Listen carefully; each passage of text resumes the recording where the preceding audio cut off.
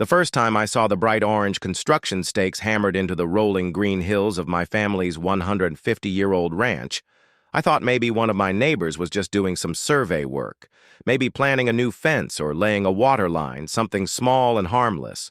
Because surely no one in their right mind would think it was okay to dig up and bulldoze through private land that had been in the same family since before cars existed, before the town even had paved roads.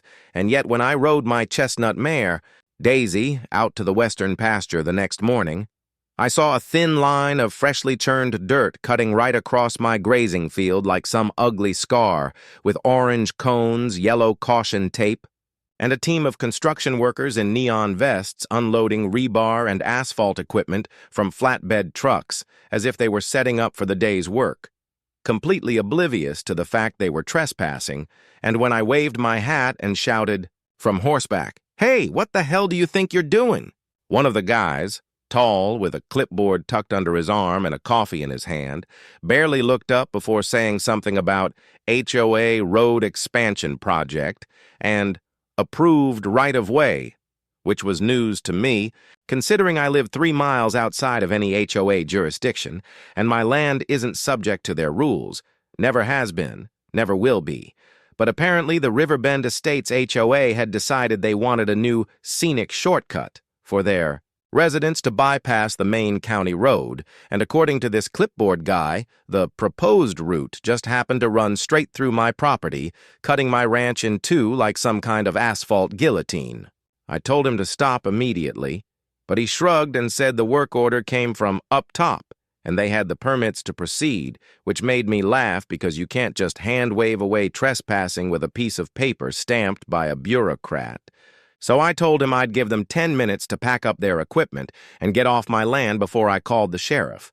But instead of moving, they started unloading more machinery while the foreman, some smug guy with wraparound sunglasses and a gold watch, told me I might want to talk to the HOA president if I had concerns, because they'd already invested too much to stop now. I went straight back to my ranch house, stomped into my office, and pulled out the thick, leather-bound deed my great-grandfather signed in 1874 when he first bought this land from the original homesteader. It clearly marked my property boundaries and showed there was no right-of-way easement, no public access, nothing that would give anyone, especially some suburban HOA, the right to cut a road here. I took photos of the trespass, called the Rye, "Sheriff," and waited on the porch while watching those workers drive a bulldozer right over my irrigation trench like they owned the place. When the deputy arrived, I thought for sure he'd tell them to leave, but instead, after a short conversation with the foreman, he walked over to me, scratching his head, and said something about how the HOA claimed they had eminent domain approval from the county, which made my jaw drop because eminent domain is for government use, not for a homeowners association looking to shave 5 minutes off their morning commute. I demanded to see the paperwork, and of course, they didn't have any, just a preliminary notice from the county planning board that someone clearly misread as final approval. The deputy told me this was a civil matter, and that I'd have to take it up with the courts if I wanted them to stop. That was the moment I realized this wasn't going to be a simple misunderstanding I could clear up with a phone call. This was a coordinated land grab. So, I got on the phone with my lawyer, Janet Granger, a no-nonsense rancher's daughter turned property rights attorney who once made a mining company abandon a project halfway through because they trespassed without proper authorization. I told her what happened, and she said, "First thing, we file a cease and desist. Second, we put up a physical barrier so they can't proceed while we're in court." The next morning, I drove my old Ford F-250 out to the pasture with a load of railroad ties and steel cattle gates, parked right across the makeshift dirt path they'd bulldozed, and spent 3 hours setting up a barricade so wide and so reinforced that even a tank would have trouble getting through.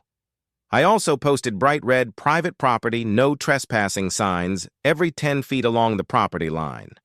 That afternoon, a black SUV pulled up, and out stepped a woman in a tailored navy suit with perfect hair, the kind of polished, Stepford-like perfection that screams HOA president, And sure enough, she introduced herself as Margaret Whitfield, president of Riverbend Estates, HOA. She smiled like a shark and said, "Mr. Carter, we're willing to offer you fair compensation for the use of your land for our new roadway." To which I replied, "Margaret, the answer is no, and it'll be no tomorrow, next week, and until the sun burns out." Her smile didn't waver, but her tone hardened as she said, "If you refuse, we'll pursue legal remedies." I told her to go right ahead, because the only thing they were going to find in court was a humiliating loss. But Margaret wasn't bluffing. 2 weeks later, I was served with legal papers, Riverbend Estates HOA versus Daniel Carter, claiming I was willfully obstructing a community infrastructure project and interfering with an established right-of-way, which was laughable considering there was no such right-of-way. But as Janet explained, they were hoping to muddy the waters in court, drag the process out, and force me into a settlement I didn't want. What they didn't know was that my ranch wasn't just sentimental land. It was historically protected.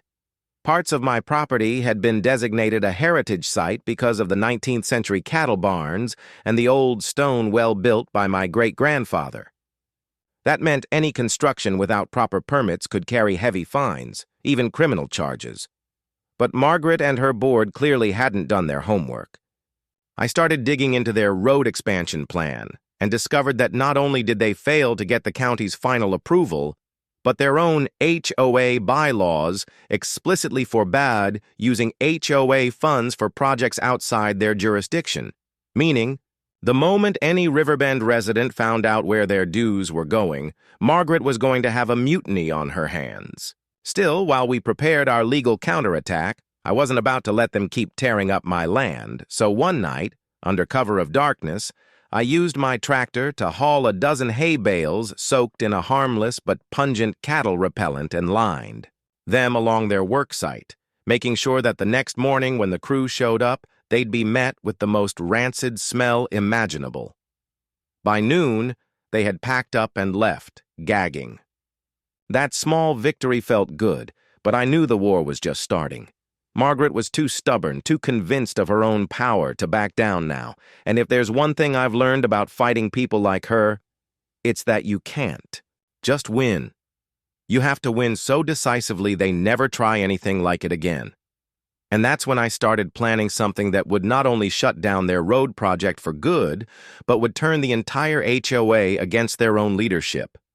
When I say Margaret Whitfield came out swinging in court, I mean she showed up with a team of 3 lawyers in crisp gray suits, binders stacked like bricks, and an attitude that said she'd been running this HOA game long enough to think she could steamroll anyone who got in her way.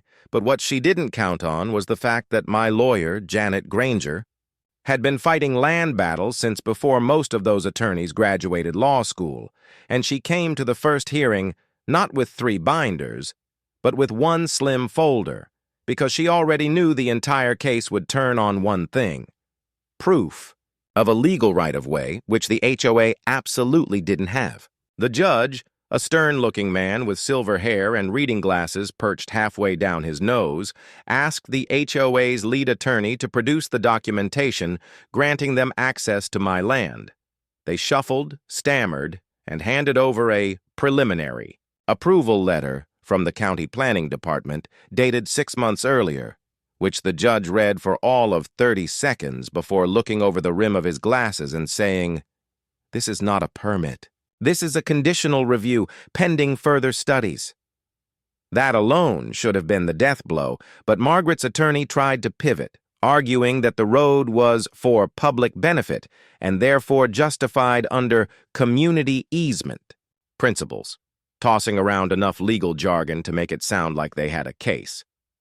Janet stood, smiled, and calmly explained that community easements only apply within the community in question, and my ranch wasn't, had never been, and would never be part of Riverbend Estates.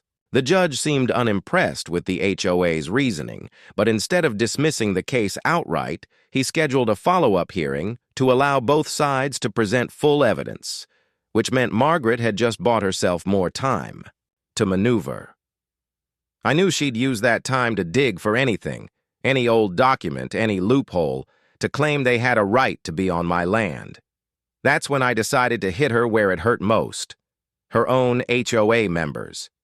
See, in my digging through public records, I'd found that Margaret had already spent $240,000 of the HOA's budget on road feasibility studies, community impact surveys, and preliminary construction costs for this project, money that came straight from Riverbend homeowners' dues.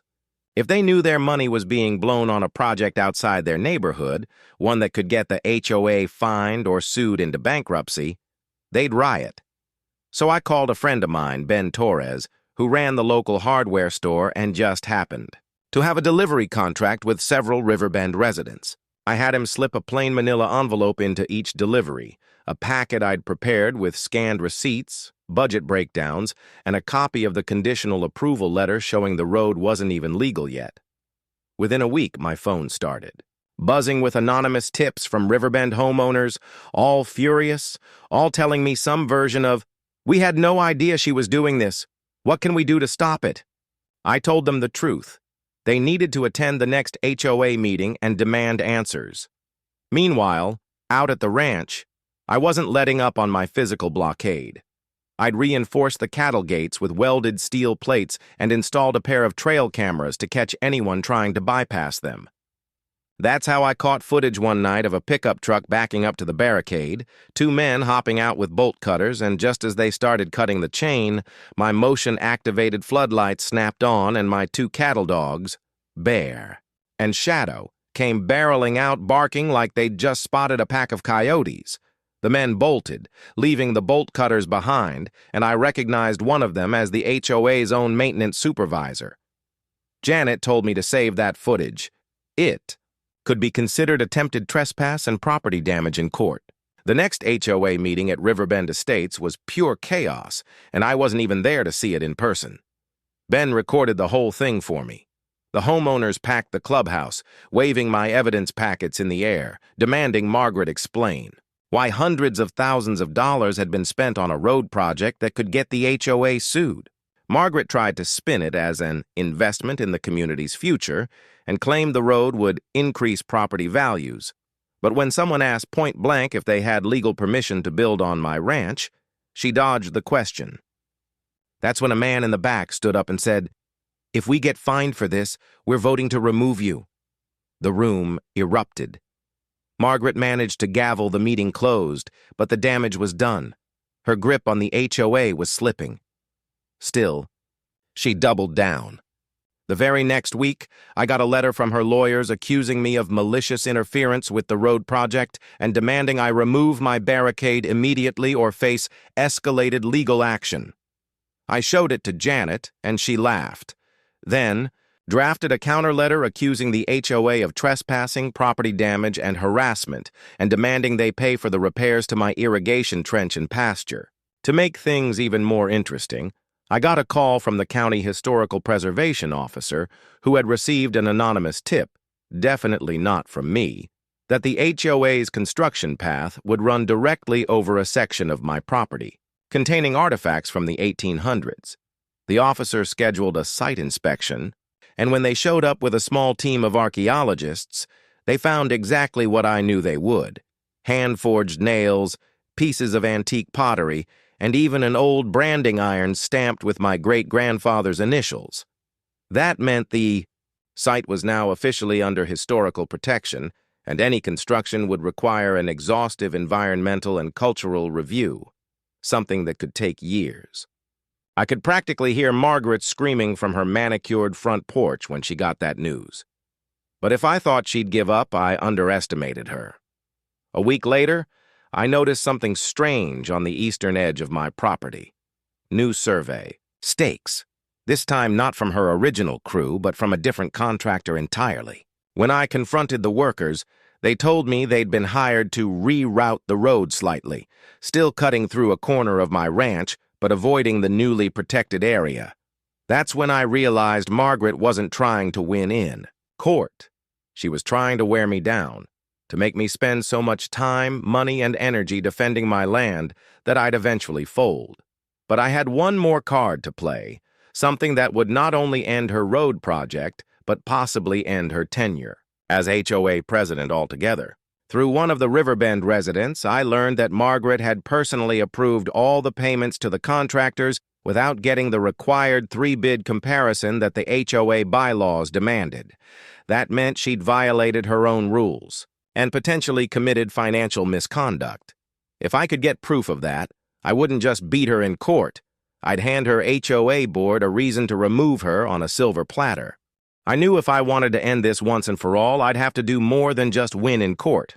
I'd have to dismantle the very foundation of Margaret's power inside the HOA so she couldn't just regroup and come after me again in a year or two, which meant I needed hard proof of her misconduct, not rumors, not speculation, but actual paper trail evidence, and I knew exactly where to get it, from inside her own HOA's financial records.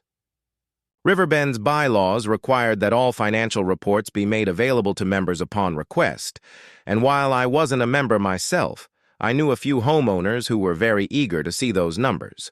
One of them, a sharp, no-nonsense woman, named Carol Jensen, had lived in Riverbend for 20 years and hated what Margaret had done to the neighborhood, turning it into her personal fiefdom.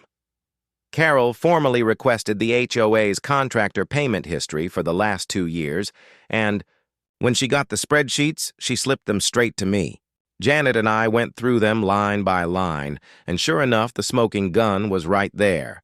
Every payment for the road project was made to a single contractor, Whitfield and Sons Construction, which, as the name suggested, just happened to be owned by Margaret's nephew. Not only had she bypassed the required three-bid process, but she'd been funneling HOA money directly into her own family's pockets.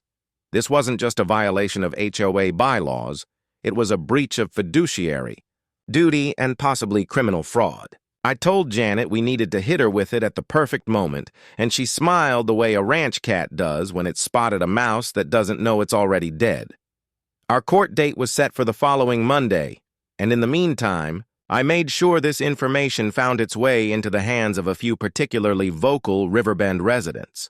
By the time Monday rolled around, Margaret walked into that courthouse with a stiff smile, clearly trying to project confidence, but I could see the flicker of panic in her eyes as she caught sight of the half-dozen Riverbend homeowners sitting in the back row, arms crossed, glaring at her like she'd stolen their lunch. The judge opened the proceedings by asking both sides for any new evidence, and that was Janet's cue. She stood, handed the judge a neatly organized folder, and said, "Your Honor, this is a compiled record of all payments made by Riverbend Estates HOA to a contractor owned by President Whitfield's immediate family in direct violation of both the HOA's own bylaws and standard ethical practices. This same contractor performed all work associated with the disputed road project, for which there is still no legal right-of-way." The judge took his time reading through the documents, then looked over at Margaret's legal team and asked if they had any rebuttal.